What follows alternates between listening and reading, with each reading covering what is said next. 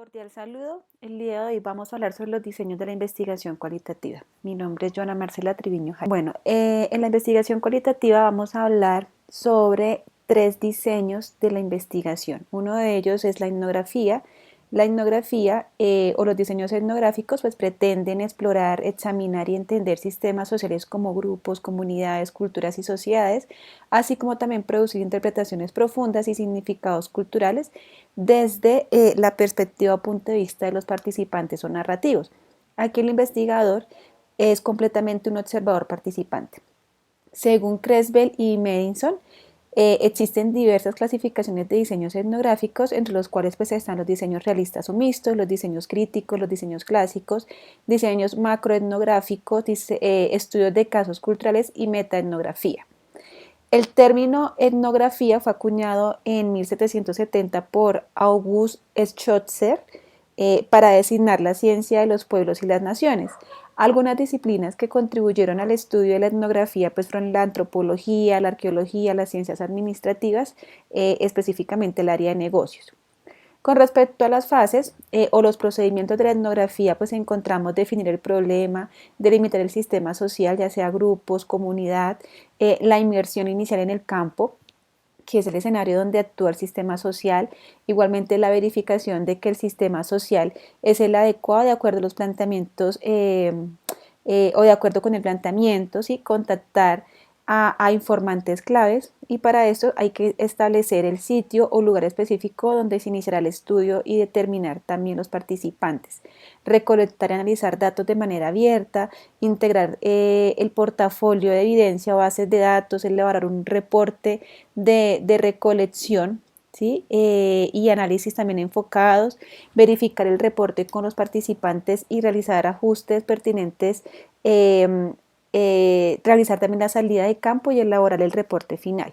El investigador podrá emplearla para internarse en lo que desea estudiar, para observar también relaciones, actividades y significaciones que se generan con la interactividad en los mundos virtuales. Las técnicas, encontramos la entrevista, pueden ser entrevistas estructuradas, semiestructuradas y no estructuradas, la observación participante, en donde manejamos instrumentos como el diario de campo, mapas, está también la recopilación de documentos como diarios, mapas, atlas, historias de vida, análisis de artefactos, también las biografías, instrumentos proyectivos, la fotografía, las grabaciones de audio y video. Y el análisis de datos pues, se realiza a través de la triangulación, en donde se integran las diferentes evidencias. En la etnografía virtual es quizás, digamos, el diseño de investigación cualitativo más reciente, derivado de la etnografía, pero en el entorno online, ¿sí? También conocida como ciberetnografía, etnografía digital o etnografía de lo digital, y es un método de investigación online que adapta abordajes etnográficos al estudio de comunidades y culturas creadas a través de la interacción social mediada por un computador o un elemento tecnológico.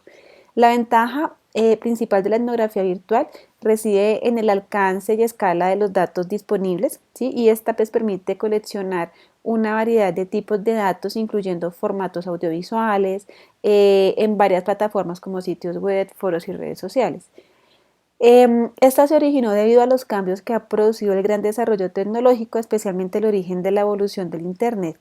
Diversos autores también han contribuido a este tipo de diseño, como son Hein, Ardevol, Guber, Ojeda, quienes han analizado e investigado sobre este término.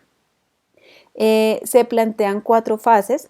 La primera es seleccionar el campo de estudio, determinar los interrogantes de la investigación y el marco teórico, seleccionar los informantes, las fuentes de datos, también las estrategias de recolección y almacenamiento de información y pues ya como tal ese trabajo de campo. En cuanto a las técnicas y los instrumentos, pues se hace una inmersión profunda en el campo, limitado también por los saberes tecnológicos que tiene ese investigador. Aquí encontramos técnicas como la observación no participante y participante, las entrevistas también estructuradas, semiestructuradas y no estructuradas, historias de vidas, biografías, estudios de caso. Y se realiza el análisis de datos también mediante una triangulación de esas evidencias encontradas. En cuanto a la teoría fundamentada, entonces aquí el investigador produce una explicación o una teoría respecto a un fenómeno, un proceso, una acción o también interacciones que se aplican a un contexto concreto y desde la perspectiva de diversos participantes. Su planteamiento básico es que las proposiciones teóricas surgen de los datos obtenidos en la investigación más que de los estudios previos. Aquí los autores de este diseño pues tuvieron diversas o diferencias conceptuales, ¿sí? Lo que pues originó dos diseños de la teoría fundamentada, uno es el sistemático y el otro es el emergente. Apareció en 1976, propuesta por Bernie Glaser y Ansel Strauss. Se asienta en el interaccionismo simbólico y las disciplinas en las cuales se cuenta con más antecedentes son las ciencias sociales y el comportamiento humano, las ciencias de la salud y las ingenierías. Las fases o procedimientos son planteamiento del problema de investigación, las perspectivas teóricas, revisión del planteamiento, inmersión en el campo o en el contexto, identificar una muestra inicial, el instrumento también para recolectar datos, hacer la recolección de datos, realizar la codificación abierta, agrupar las unidades o segmentos de significado en categorías.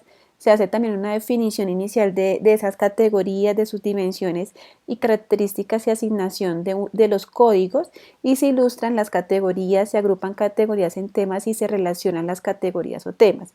Se pasa luego a una codificación axial y selectiva y se valida la teoría con los participantes y se revisa con otros investigadores y finalmente pues se elabora el reporte.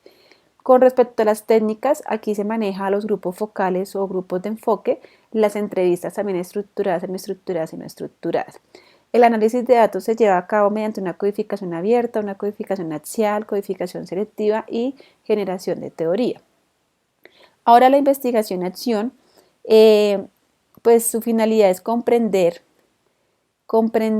y resolver problemáticas específicas de una colectividad vinculadas a un ambiente, ya sea un grupo, un programa, una organización o una comunidad, frecuentemente pues aplicando la teoría y mejores prácticas de acuerdo con el planteamiento. En otras palabras, pues la investigación-acción pretende esencialmente propiciar el cambio social, transformar la realidad ya sea social, educativa, económica, administrativa, bueno, entre otras, y que las personas pues tomen conciencia de su papel en ese proceso de transformación. Se consideran dos diseños fundamentales en la investigación-acción y esos son el diseño práctico y el diseño participativo. La investigación-acción proviene del autor Kurt Lewis y fue utilizada por primera vez en 1944. Algunas disciplinas que contribuyeron fueron las ciencias sociales, las ciencias ambientales, las ciencias de la salud y también las ingenierías. Hay tres fases esenciales de los diseños de investigación-acción. La primera es observar, por lo que pues se debe construir, digamos, un bosquejo del problema y recolectar datos. Segundo, analizar e interpretar. Y tercero, pues resolver problemáticas e implementar mejoras. Entonces estas fases se dan de manera cíclica una y otra vez, se repiten, ¿sí? Hasta que todo es resuelto y el cambio se logra o la mejora se introduce satisfactoriamente.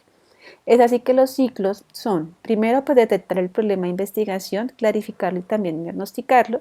Segundo, realizar la formulación de un plan o un programa para resolver la problemática implicada o introducir el cambio. Y tercero, pues implementar el plan o programa y evaluar resultados y finalmente realizar la retroalimentación, ¿sí? La cual conduce a un nuevo diagnóstico y a una nueva espiral de reflexión y acción. Las técnicas, encontramos la entrevista, estructurada, semiestructurada y no estructurada, los grupos focales, también están los cuestionarios, ya sean por preguntas abiertas y cerradas, la observación, también tenemos los documentos y registros. El análisis de los datos se involucra, o en este análisis de los datos se involucra la comunidad en las decisiones sobre cómo analizar los datos y el análisis mismo, ¿sí? Algunas herramientas de análisis son los mapas conceptuales, los diagramas de causa-efecto, los antecedentes, consecuencias, las matrices, la jerarquización de temas o identificación de necesidades y prioridades, los organigramas también de la estructura formal y de la informal y el análisis de redes. Los estudios de caso. Entonces, pues este pretende entender la sucesión de hechos, situaciones, fenómenos, también procesos y eventos donde se involucran tanto los pensamientos, los sentimientos, las emociones y las interacciones a través de las vivencias contadas por quienes los experimentan. Listo. Este estudio pues comparte similitud con el diseño narrativo originario en investigaciones bibliográficas e históricas y es de carácter cronológico. Es de carácter cronológico y algunas disciplinas que contribuyeron fueron las humanidades con respecto a la historia y las ciencias sociales y de la salud. Las fases son el planteamiento orientado a representar y entender la secuencia de fenómenos o hechos, elegir el contexto y los participantes, realizar la inmersión en el campo, recolectar también los datos sobre las historias de vida, sobre esas experiencias y sus contextos, transcribir también las narrativas y preparar o transformar las piezas y evidencias, explorar también el significado de las experiencias narradas y documentadas, interpretar cada pieza de evidencia en términos de la historia que cuenta, analizar comparativamente las narrativas de los participantes y del investigador, ensamblar las narrativas, elaborar un reporte del estudio, revisar el reporte de los participantes y otros investigadores o expertos y también pues elaborar la versión final del reporte que ya es como una narración definitiva. Las técnicas, pues las entrevistas también estructuradas, semiestructurada y no estructurada, la observación directa y participante, documentos escritos como cartas, diarios, elementos de internet, artículos de prensa, mensajes de celular, ¿sí? Encontramos también las imágenes, videos, audios, biografías, autobiografías y el análisis de datos se realiza mediante la cronología de eventos e historias, ¿sí?